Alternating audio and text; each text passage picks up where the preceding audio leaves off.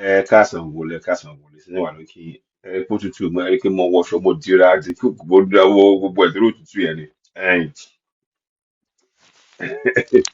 mo kàn fẹ́ wo kinní kan ni mo fẹ́ kẹ́ wo nǹkan tó wà lórí ẹ wá fi lókè mọ rẹ́rìn. Ìjọba ń fìyà jẹ àwọn èèyàn wa. Ìjọba ń fi ìyà jẹ àwọn èèyàn wa. Ẹ wo nǹkan tó kọ ò ṣé wọ́n ṣe fagi wọ́n ṣe fi green kọ Monday kékeré, Tuesday, Wednesday, Thursday, Friday, gbogbo ọjọ́ lọ́kọ̀ yẹn o fún oṣù kan. Kí lè ní? Èní Thursday, wọ́n ní lóòótọ́ lánàá.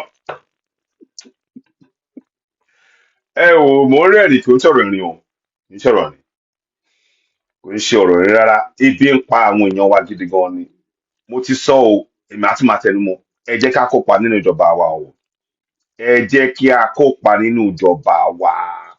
Àsìkò tó ìyàtọ̀ ti fi ń jẹ wá ti tó tá a bá kópa wọn máa fìyà jẹ wá ni.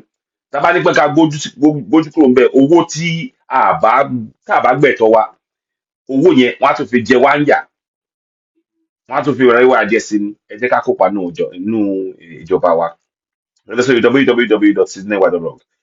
Kàn kọ ìwé àṣẹ àtẹ̀gbà